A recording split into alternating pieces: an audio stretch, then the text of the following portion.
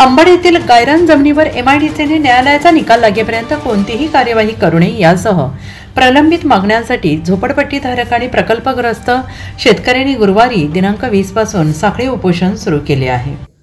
म्हणून आम्ही महानगर म्हणजे पोलीस स्टेशन मार्फत महानगरपालिकेला आणि एमआयडीसीला विनंती केली की तुम्ही सगळे अधिकारी या आणि चर्चा करा, चर्चेतून मार्ग काढा।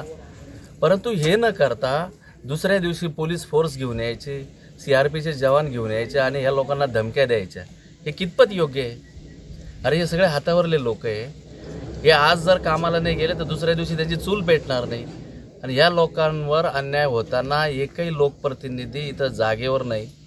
आणि आता निवडणुकीच्या निमित्ताने मोठे मोठे मेळावे काय काय धार्मिक उत्सव करताय आणि हे झोपडपट्टीधारक शेतकरी आज हे इथं बसलेले आहे, यांच्याबाबत कोणालाच चिंता नाही।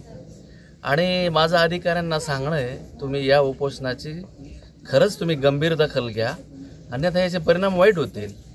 जरी एमआयडीसीने जागा घेतली किंवा महानगरपालिका म्हणते की आमचं याच्याशी काही प्रकल्पग्रस्त शेतकरी संघटनेचे अध्यक्ष साहेबराव दाते, रवी अहिरे, संजय सूर्यवंशी, कमला पवार, रामदास अहिरे, जनार्दन लोंढे, कोमल मोरे, आरती गायकवाड, अलका लोंढे, सुमन ससाने, मोहम्मद मंसुरी, अर्चना सूर्यवंशी, मीना खैरनर आणि झोपडपट्टीधारक आणि प्रकल्पग्रस्त शेतकरी यांनी बेमुदत साखळी उपोषण केले।